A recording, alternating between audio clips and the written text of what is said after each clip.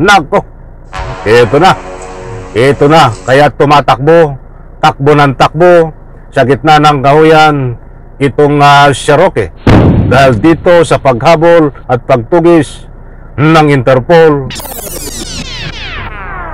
Alright, welcome back to my YouTube channel. I'm Andes Vlog.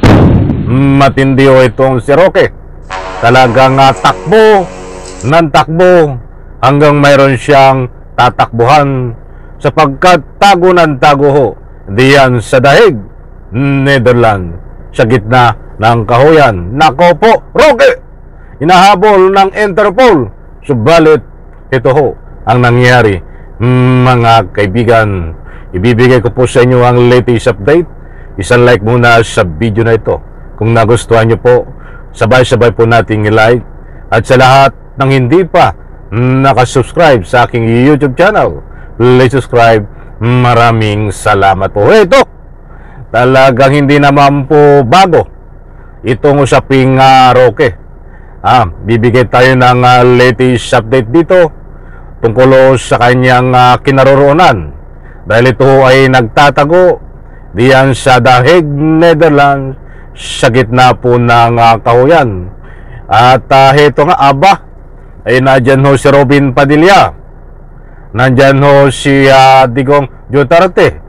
Pagkakaiba lang ho ni Digong Duterte ay nakakulong diyan po sa kulungan ng ICC.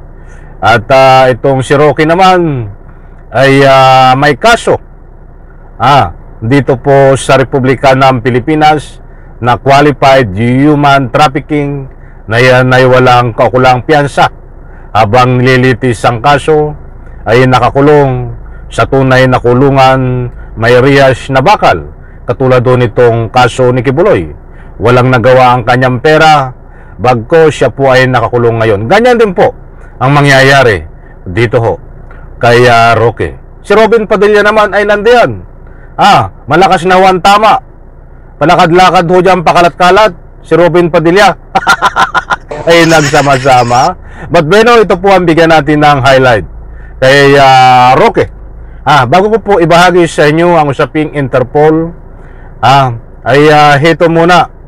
Gusto ko munang ipanood, iparinig sa inyo itong galawan ni Roque na nagtatago habang hinahabol ho ng Interpol diyan po sa gitna ng kahuyan, diyan po sa Dahig, Netherlands. Maraming puno po doon sa Dahig, Netherlands, at diyan po nagtatago si Roque. Para nang sa ganun ho, pag hinabol siya ay kumikinding-kinding pa ho habang hinahabol ng Interpol upang makapagtago, paikot-ikot, pagalagala sa maraming punong kahoy ho. Alam niyo yung babae na pakinding-kinding habang malalim na Tagalog yun pakinding-kinding. Ito, ganyan po si Roque pag tumatakbo, kumikinding-kinding pa. Ito po, pakinggan muna natin siya. Kahit anong gawin yung red notice, kahit anong gawin yung red notice dyan, hindi ako titigil ng bangag. Ngiwi, butod. Yan, so manigas na kayo dyan, okay?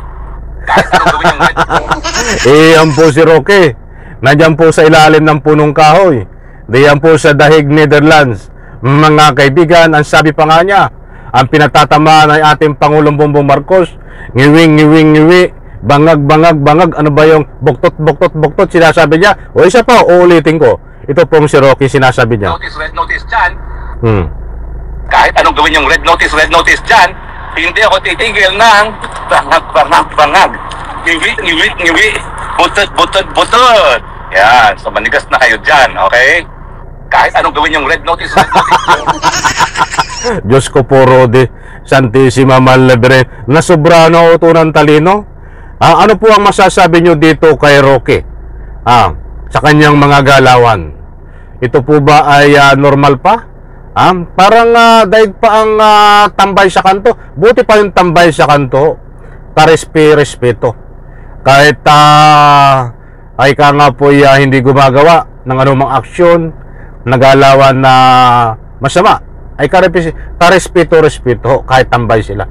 Itong si Roque, abogado, karapat dapat ba namang irespeto ito dito sa kanyang mga pinagsasabi? At marami po ang dahilan, batayan, para hindi na irespeto itong si Roque doon sa mga pinagsasabi niya ng 10 salita, 15 ang mali.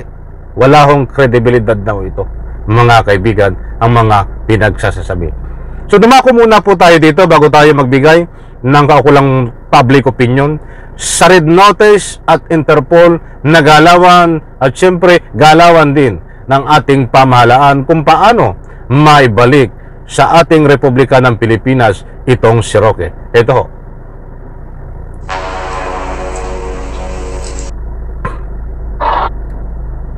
Sila na ng DOJ ang passport ni dating Presidential Spokesperson Harry Roque.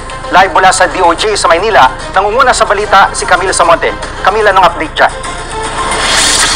Jiggy, susulat na nga yung Department of Justice para ma-request sa Department of Foreign Affairs na ikansela ang pasaporte ni dating Presidential Spokesperson Harry Roque. Kasunod yan nang inilabas na warrant of arrest ng Angeles Regional Trial Court para sa kasong qualified human trafficking dahil sa pagkakasangkot ni Roque sa Lucky South 99 Pogo sa Porac, Pampanga.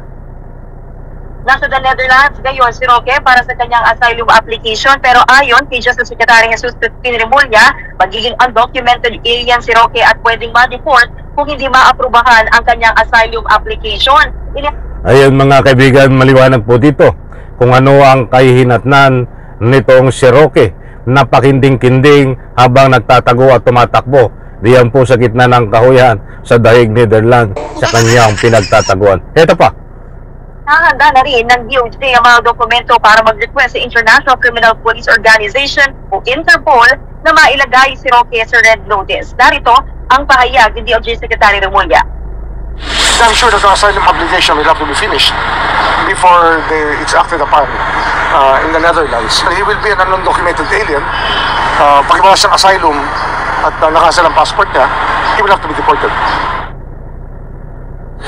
Ayan mga kaibigan, na maliwanag po na madideport itong si Roque at mayroon po legal na proseso na ginagawa ang ating pamahalaan. Raw ang DOJ na isaalang-alang ng gobyerno ng Netherlands ang bigat ng kaso ni dating Presidential Spokesperson dito sa Pilipinas. Naunang minaliit ni Roque ang planong niya ng DOJ at iginiit niya na hindi siya pwedeng arestuhin dahil sa kanyang pending asylum sa the Netherlands. And muna ang latest dito, Camille Samonte. Ayan mga kaibigan, maraming salamat po, shoutout sa lahat. Ano po ang masasabi nyo? Naniniwala po ba kayo na itong si Roque ay maibabalik sa lalong madaling panahon sa pamamagitan po ng legal na proseso? Red Notice, pagkansila ng pasaporte at syempre pagsilbi ng warrant of arrest diyan kay Roque ho sa Dahig, Netherlands. Diyan po sa comment section, inaanyayahan ko po kayong magbigay ng anumang public opinion. Nako, ito na, kaya tumatakbo, takbo ng takbo sa gitna ng kahuyan itong si Roque dahil dito sa paghabol at pagtugis ng Interpol kay Roque at nang sa ganun ho makuha at maibalik sa ating Republika ng Pilipinas at ikulong sa rihas na bakal mga kaibigan. Isang like ko sa video na ito. Maraming salamat po at pagpalain po tayo lahat. Bye-bye. Palakpak.